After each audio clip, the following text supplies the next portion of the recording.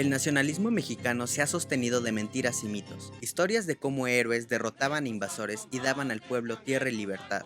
Maximiliano I de México fue uno de los personajes de la historia mexicana que fue demonizado con el fin de exaltar la figura de héroes nacionales. En este video me centraré en cómo llegó a gobernar México, sus políticas y su trágico final. Viva la libertad, ¿quieres Inquisición? Nacido en el Palacio de Schönbrunn el 6 de julio de 1832, hijo de Francisco Carlos de Austria y Sofía de Baviera, a Maximiliano desde muy pequeño se le educó para ser todo un gran estadista, con enseñanza en geografía, historia, filosofía y diplomacia, así como en una formación militar. Cangrejos al combate, cangrejos al compás. Un paso para adelante, 200 para atrás. Sus sisas. El 27 de julio de 1857, Maximiliano se casó con Carlota Amalia de Bélgica, hija de Leopoldo I de Bélgica.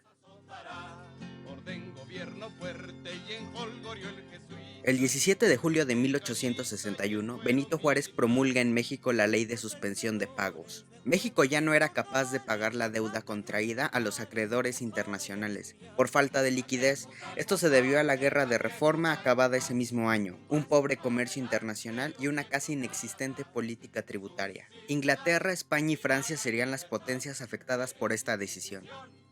Esto sería la puerta de Maximiliano para poder gobernar una vez más, ya que en 1860 había un grupo de mexicanos conservadores que veía cómo su país republicano se sumía en la división social y anarquía, así que decidieron optar por una monarquía. Miguel Miramón, expresidente conservador mexicano, se entera de la suspensión de pagos por parte del gobierno de Juárez, así que decide ir a París. Al mismo tiempo que Miramón llega a París, Juan Nepomuceno Almonte también lo hace, y ambos se entrevistaron con Napoleón III, pero no llegaron a un acuerdo. El 31 de octubre de 1861, Francia, Inglaterra y España firman el Convenio de Londres, en el que acuerdan ocupar los puertos del Golfo de México. Ninguno de los tres países mencionó una intervención, sin embargo Napoleón III ya estaba planeando una. A finales de diciembre de 1861, José María Gutiérrez Estrada, conservador mexicano, visitó a Maximiliano en Miramar. Maximiliano le prometió aceptar la corona de México con la condición de que los mexicanos lo llamaran para reinar. El 7 de diciembre, una escuadra española desembarcó en Veracruz. A esto se les unieron los ingleses y franceses. Al final se llegó a un acuerdo de pago. España e Inglaterra decidieron retirarse, pero Francia rechazó el acuerdo y se mantuvo en Veracruz.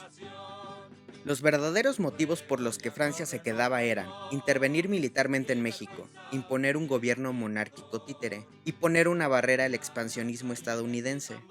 Al mes siguiente, más tropas francesas acompañadas de Juan Nepomuceno Almonte desembarcaron en Veracruz y declararon públicamente sus intenciones de proclamar un nuevo gobierno monárquico.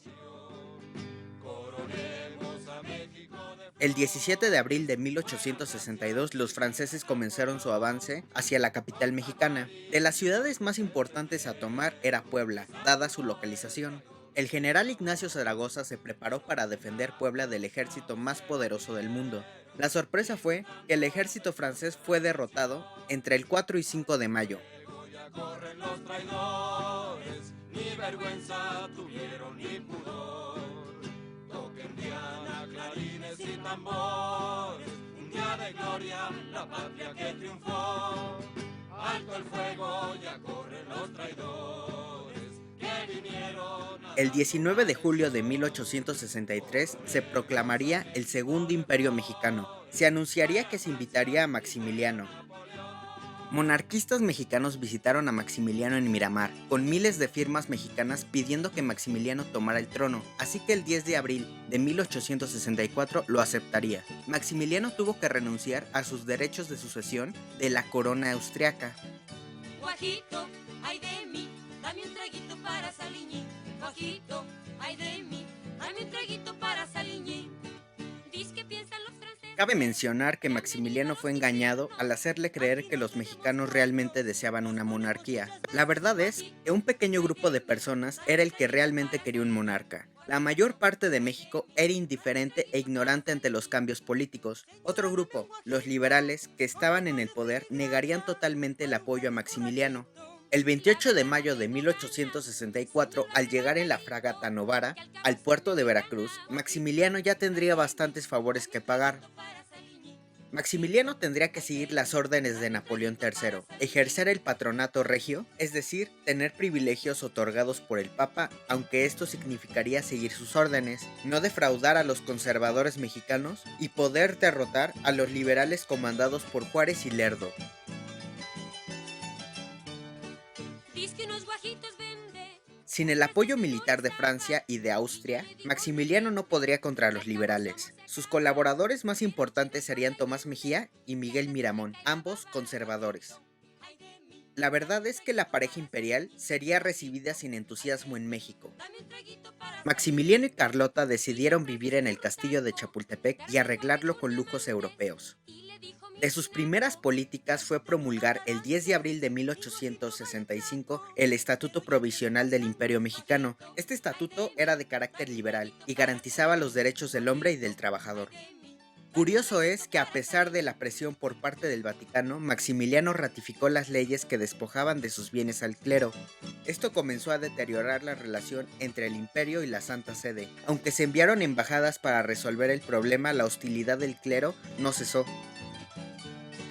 En la barriga de un guaje han pintado a Napoleón y en el pico a Prim sentado sirviéndole de tapón porque no están De sus mayores aciertos fueron organizar la administración pública, una ley electoral de los departamentos, la creación de un periódico oficial, la creación de un código civil, creación de una ley agraria y de trabajo que devolvía sus tierras a los pueblos indígenas y daba a quienes no la tenían. Esta ley aprobaba una jornada laboral máxima de 10 horas y anulaba deudas mayores a 10 pesos, prohibía castigos corporales y limitaba las tiendas de raya. Nuevas leyes sobre la impartición de justicia. Se estableció al Banco de México como emisor, creación de la Academia Imperial de Ciencias y Literatura, leyes sobre el fomento a la cultura y conservación de datos históricos, leyes que creaban una propiedad comunal similar a los ejidos, promoción a la educación femenina por parte de su esposa Carlota, la firma de un contrato para la construcción de un ferrocarril de Veracruz a México, entre muchas otras.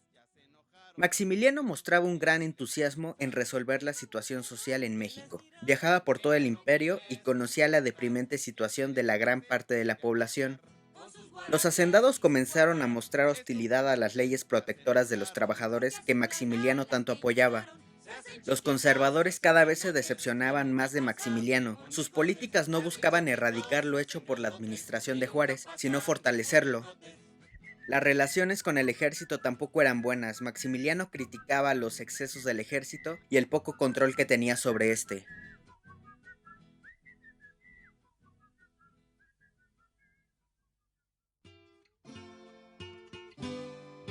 Económicamente el imperio estaba en bancarrota. Los 270 millones de marcos que Francia le hacía pagar y tantos años en guerra hicieron que Maximiliano pidiera préstamos impagables, los cuales se acabaron en poco tiempo.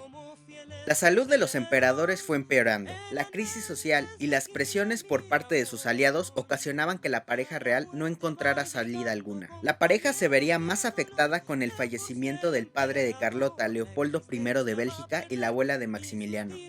El fin de la Guerra de Secesión en Estados Unidos en abril de 1865 sería uno de los acontecimientos que marcarían el inicio del fin del imperio de Maximiliano. Con la Unión como vencedora, Juárez los tendría de aliados. A pelear de tu lucido Márquez. A finales de 1865, Juárez pidió un préstamo de 3 millones de pesos a los Estados Unidos y estos comenzaron a protestar por la intervención francesa en México. Las piezas rayadas les gritaban con afán, los de adentro les decían echen las piezas de pan, los de afuera les decían... Maximiliano, al ver que la situación era abrumadora, pensó en renunciar al trono, a lo que Carlota le ofreció viajar a Europa para pedir ayuda militar y financiera a Francia. La existencia va a perder y sus títulos de honor toditito va a acabar. Maximiliano había contraído disentería y malaria. Su salud era terrible y un mensaje de Napoleón III solo perjudicaría las cosas. En el mensaje, Napoleón le dejaba en claro que ya no podía mandar más soldados para apoyarlo. Maximiliano estaba solo. La Confederación Germánica del Norte cada vez era una amenaza mayor para Francia. Napoleón III decidió ir retirando sus tropas de México. Esto orilló a Maximiliano a decidir renunciar al trono. Al escuchar esto, su gabinete arremetió contra su decisión. Ante la negativa de su gabinete, Maximiliano decide permanecer en México, aunque todo ya estaba perdido. Las tropas republicanas de Juárez avanzaban y ya eran imparables. Que allá van. El 5 de febrero de 1867, los franceses decidieron retirarse de la Ciudad de México. Maximiliano se negó a dejar México y decidió ir con las pocas tropas que tenía a la ciudad de Querétaro. La ciudad sería una elección terrible militarmente. Rodeada por colinas sería difícil de defender con tan solo 8,000 hombres. El sitio de la ciudad acabaría en mayo de 1867. Las tropas de Juárez tomaron la ciudad y capturaron a Maximiliano. Maximiliano fue recluido en el convento de los capuchinos y su juicio comenzaría el 12 de junio. Fue juzgado por crímenes contra la independencia y la seguridad de la nación, además de las atrocidades cometidas por el ejército del imperio y algunas de sus políticas autoritarias. El 14 de junio de 1867 se le dictó sentencia junto a Tomás Mejía y Miguel Miramón. Su pena sería la muerte por fusilamiento. De todo el mundo llegaron peticiones de clemencia para Maximiliano. Maximiliano pidió a Juárez el indulto a Mejía y a Miramón. Juárez conoció todas estas peticiones pero no accedió. El hondo de su pecho ya siente su derrota. Adiós, mamá Carlota. El 19 de junio de 1867 Maximiliano escuchó misa, recibió los sacramentos y desayunó con Mejía y Miramón, para posteriormente ser llevado al Cerro de las Tres Campanas. Maximiliano pidió que le apuntaran al corazón y le ofreció a Miramón estar al centro. Que mi sangre selle las desgracias de mi nueva patria. ¡Viva México!, gritó Maximiliano para después ser fusilado. Su efímero gobierno y sus esperanzadas políticas serían olvidadas por la historia, para solo ser recordado como un villano más de la historia mexicana. Adiós, mamá Carlota. Adiós, mi tierno amor.